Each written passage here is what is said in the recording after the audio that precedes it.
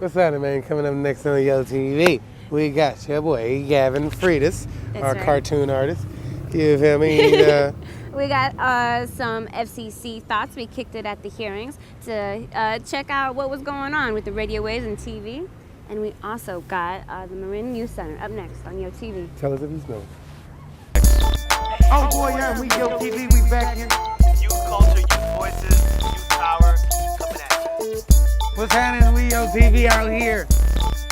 Before we go any further, I have to dig up the magazine. You start looking.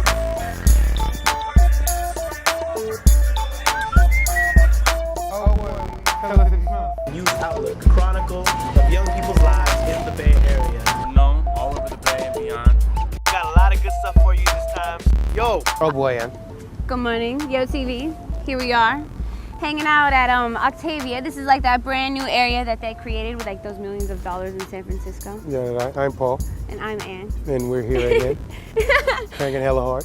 That's right. And up next for you, we have a cool cartoon artist. His name is Gavin Freitas. You can check him out with his cartoon. He has Dave Carrot and Ketchup, something, I don't know. It's really cool because they're vegetables and he makes them talk. And up next for you, he teaches you how to draw a cartoon on your TV.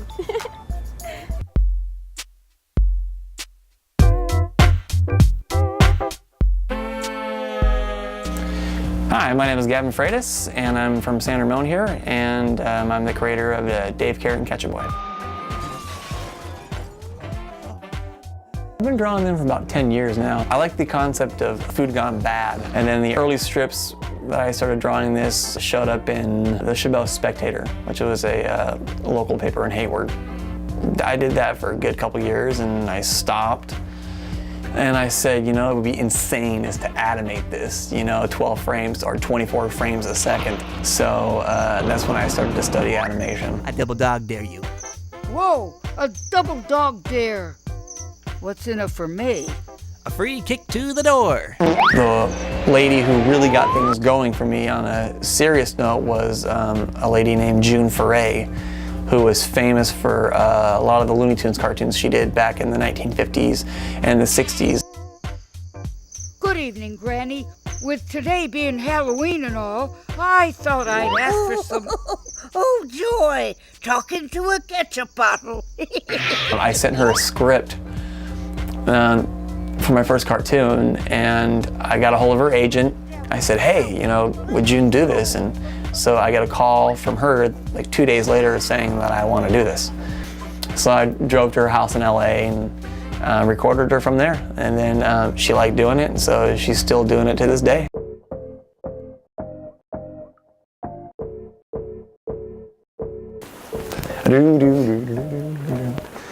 All right. Pretty much what I like to do is I like to start off with a kind of a cylinder. And then with the line, I use the line so I can center where the eyes and figure out where the mouth is going to be and everything. And then I draw like the top portion of the ketchup bottle. And then I connect these here. The eyes are probably the most important part of animation and making your character because it's the most sincere. It's what people actually look at, And then this is where I start drawing like big old feet here. And I draw the classic cartoon sneakers. And last but not least, you gotta draw some big old ears. You'll notice in the cartoon that, and my girlfriend thought it was pretty funny, that hands appear when needed. So it's like they kind of fade in and out. So they're there, but they're not, whenever he needs them. And then let's get to his buddy here, Dave Carrot. I try to start of how tall he is and where I'm gonna angle him. Then I'll draw the line again, like you'll notice here, to center of the body. So pretty much, there's his foot there, and maybe that'll be his knee right there, that'll be his knee. Chuck Jones used to do this, he would draw the arm like that, but he would draw the hands first. And that was so that he knew exactly where to proportion the arm. Because a cartoon arm, it stretches a lot, so. And it's really good to get into your drawings. Your parents may think you're crazy, you're sitting there just talking to yourself and, drawing, but it's animators and artists are actually actors. they're just portraying it on paper. Pretty much, I quit my 9-to-5 job because I got sick of working for the man. I started my own production company doing short animations, websites, pretty much anything with art I offer to clients, and I still attend school. However, the last character that I would like to draw for you guys is none other than Roscoe, the meanest cat ever. I used to have a really mean cat and his name was not Roscoe, but I love the name Roscoe. So usually this is his general pose that I usually have him in. I'll start doing his arms here. And I have his legs here. So then I'll start with his nose, and then I like to figure out his eyes first. Like, he has his really bitty little eyes and little mouth here like this. But like I said, he's a mean kitty. So we'll draw him like this little mean face here. So pretty much, we'll draw his little kitty feet. Draw his little spots here. And then draw some whiskers. And pretty much there in a nutshell, you have Roscoe. And pretty much, the three of them, the world's gonna come to an end. Next year, four 10-minute cartoons on a DVD with tons of extras. I'm gonna have a June Foray bio. Green Day has agreed to do some voice work for me. Craig Gass from the Howard Stern Show. You gotta go, huh? Well, here's your cup. See this? Yeah. Well, go to the corner of the classroom and fill her up, buddy. Fill her up! Go! Go! Go! Go! As far as getting syndicated, other than the Nicktoons thing and the Chabot Spectator, it really hasn't been put out to the public other than on the internet. A company called Mondo Media, who put out Happy Tree Friends. I talked to the owner, and he's interested in putting this out, and I really haven't even shopped it around yet. So I'm still, like I said, everything is still in the works, and everything should be happening next year. All right, guys, if you like my shirt, which I do, we got the eyeball here and like the SF up here representing. Go ahead and check out Shalom Clothing. Check out their website and see what they got. They got a lot of connections. There's Diamond, there's FFC, and that's like Soul Fresh City. They're pretty tight. So go ahead and check them out on the website right here. What's happening, man? We still cranking. You know we YOTV, that means Youth Outlook Television, right? So we always wear the youth cranking. You feel me? Anywhere the youth is at, that's where we at. You feel me? Now, next coming up, we got my partner Tom Terpesi in Sprawl Magazine, looking beyond the picket fence. He had a tight tie. That's and right. where they went up to Marin? That's at the Marin Youth Center. They get to do art and music and learn how to cook. And up next for you, we get to hang out with them and see what they do. Smell it.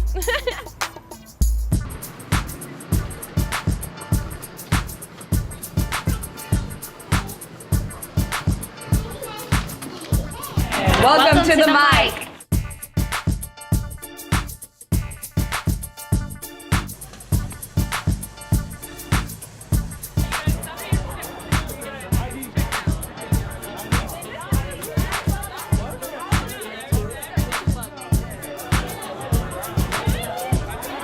My name is Kate Curry, and I am an outreach worker here at the mic.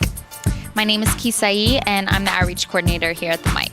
The mic is an innovative youth center that provides inspiration for youth to really get involved with their community, people they may not know if they were just going to school and kind of doing their everyday routine. And, you know, with our youth-run cafe to youth-run shows to the art studio, we really provide a space for people to really express themselves in ways that they might not have the chance to in any other situation. I know that this is going to be a really good youth center. It's going to be really popular in Marin. We want to get youth involved with the programs here. We want to get donators to come here. We want to get youth and adults to come work together here. So this is the activity hall. This room is used for anything that uses a lot of space, performances. Verge Concerts does all of their concerts from here. Last night's dance party was in here. Any kind of workshop that needs a lot of space or performance is done in here. We're so psyched to be involved with the mic. We have a fabulous kitchen that I designed. Somebody listened to me and built it. We have a youth program called the Generation Chefs, and our goal is to produce great food, people that know how to work really well, and we produce cooking classes here and special events, and it's all youth driven. This is a computer clubhouse sponsored by Autodesk. People come here, they use like Photoshop programs, they make imaging, they use the computers to make movies. We have a free recording studio, so a lot of youth come here. They use the computer to make their own music, and then they go into the recording studio and record it. This is our art studio. This is more than just painting, it's more than just drawing. It's really like any kind of art. We need funds, to, purchase art supplies and stuff like that. So any donations that anyone can make is definitely appreciated. So basically right here, just a little lounge area right here. Now that the school year finally started, we're gonna have tutors come in, be available for teens to get help on things. They can hang out, do homework right here. This is, over here we have the Circle Lounge. This is maybe one of our most popular lounge areas because we have the skylights in there also, so it's just like a real kind of, the way you sit on the couch, you can communicate easy. Teens come up here, they use the computers, like I said, downstairs they do a lot of multimedia projects. Here, I mean, they could do the same thing, but these are more probably for homework because it's a quieter environment. So, I mean, they still use multimedia projects here, but oftentimes you'll see them like typing, doing homework, using the internet for homework resources. I think that a lot of us, growing up and now working here, never even thought of it would be like free to come record a song or come see a show or come learn how to make food. And I think that that's in a way that we're definitely different than anyone else. We have our website, www.themyc.org, or they can call us at 415-459-6884. And they also can come by 1115 3rd Street, downtown San Rafael. Oh boy, yeah, man, if y'all like more stories like the one that Moy, Tom Terpizzi, and Sprawl Magazine be bringing us, we'll tell them what to do and where they go. Go ahead and check out their website, sprawlmagazine.com. Yes.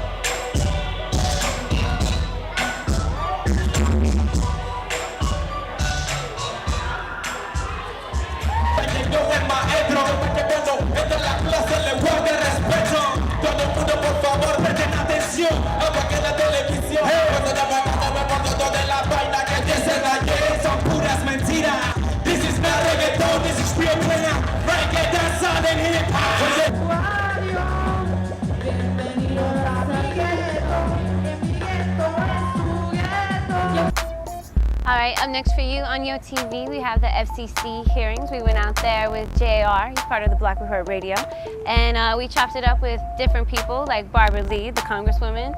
We also talked to Beats Me and the Youth Media Council. Actually, they're the ones who put the whole FCC thing together out in Oakland. So go ahead and check out the interviews on YoTV. I'm here with Malkia Cyril, Youth Media Council. She's one of the bosses that helped hook this up so that the people's voice can be represented. Let's just cut to the chase. What's at stake? Basically, Clear Channel owns the majority of radio stations here in the Bay Area, and they own both hip-hop stations and they own a right-wing station that's constantly talking bad about young people, people of color, immigrants. We're here to say basically that the rules that govern media need to hold this type of corporation accountable. They should not be able to make money off of exploiting hip-hop. They should not be able to make money off of using right-wing radio to exploit people of color. It's wrong. It should be stopped. Now let me ask you, the same 10 songs on the radio, you're not satisfied with that? No, I'm not. I'm not, because there's so many, there's such a different, the artists that you hear on BET, MTV, VH1, Fuse, IMF are the same type of artists, and they're owned by corporate music companies. And there's so much more that's happening in terms of music. We're doing a lot of talking in there, trying to help it out, because they're trying to stop it from being a monopoly going on in there, Yeah. And you know about monopoly, right? When somebody owns like Park Place and and all that, they got money constantly coming in. It's kind of hard for them to lose the game.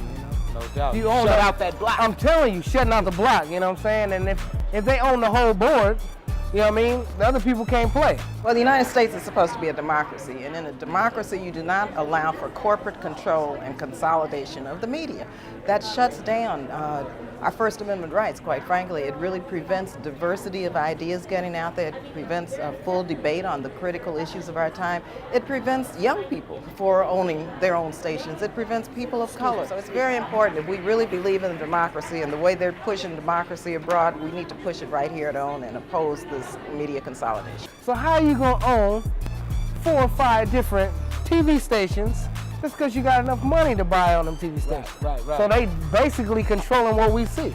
Kind of like the Wizard of Oz, or the Wiz. Like the Wiz. I'm here today because our organization works very closely with young people, and particularly people of color, and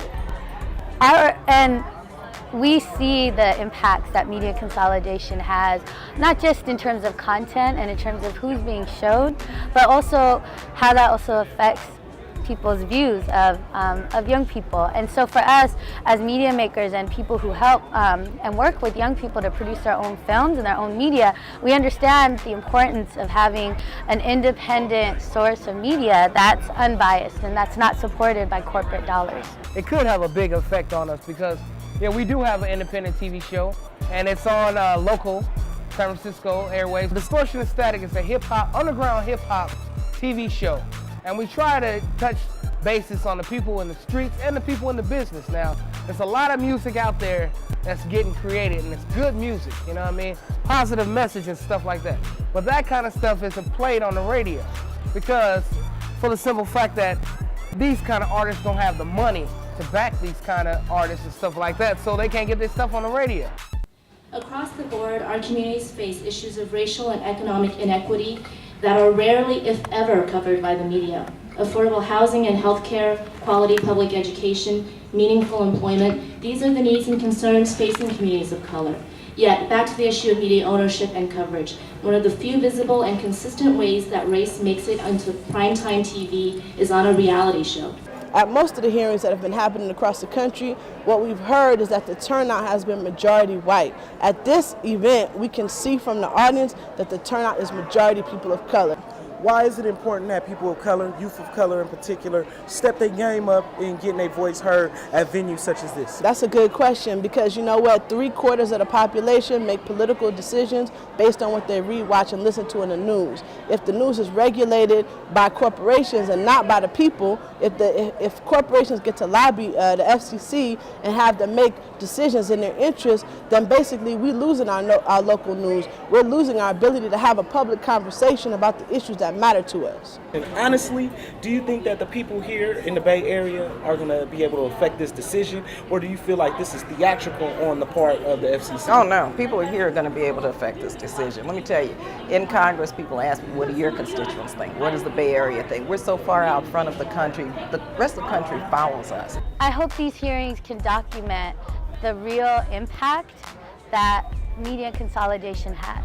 Not just in terms of just how bad the lies that are on media channels right now are, but more importantly, the fact that there's so many stories that aren't being told that need to be told. Well, over the summer, we was putting together a survey. We surveyed 300 young people throughout the Bay Area, asking them were they satisfied with their local radio station. Majority of them said that their main station they listened to was KMEL, and the second station they listened to was Wild 94.9. The majority of those people surveyed said they were not satisfied with the radio stations, that they were not able to get the information they needed from those radio stations, and they needed something more. They wanted something to change. So we produced that report, and as a part of that, or in response to that, we developed something called fairness standards that young people work together to produce, to say basically, if you follow, here's some community-produced rules that these radio stations need to follow in order to really produce a vibrant art scene, a vibrant scene where we can get information that we need. Bottom line is that all the research that we're doing is really about trying to support local artists, trying to bring our voices to the forefront. As a society, we have distorted and fragmented understandings of what is going on in our country. Sometimes no public understanding at all of what is happening in the communities that are treated as disposable. That's why we're calling on the FCC to stop the corporate consolidation of media ownership. Diversifying ownership is the first step to reflecting the reality of a country with growing numbers of people of color and widening racial and economic gaps. Thank you. There's a lot of stuff going on right now, and they ain't gonna tell you about it.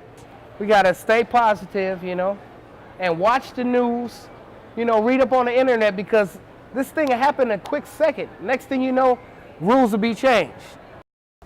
Oh boy, yeah, and what we got next, Ann? Oh, it's the end of the show, unfortunately. Oh man, I must have been on too much of that YouTube. But don't worry, you get to check us out at youthoutlook.org. And if you'd like to talk to us, go ahead and email us at yotv@youthoutlook.org. Check out our MySpace. You know you're on there. Go ahead and add us as a friend, and we'll see you next time. Yo, same time. Yo, same channel. Yo, same TV. And we're going to make it do what it do again. Yes! My partner Tom Terpese down there at Sprawl Magazine, you feel me? Silicon Valley. You know, no, that's the wrong one. All right, up next for you, we have a story about the FCC. They, wait, did I say I don't know? I do like fun things there, like cook and do music, art, and I don't know. Go ahead and check it out. Up next. You know how we do it. Tell me if you smell me. I just said I don't know again, didn't I? You know how we living. You know how we meet up at the parking lot at Popeye's Chicken. We yotv still cranking out here. Oh gosh.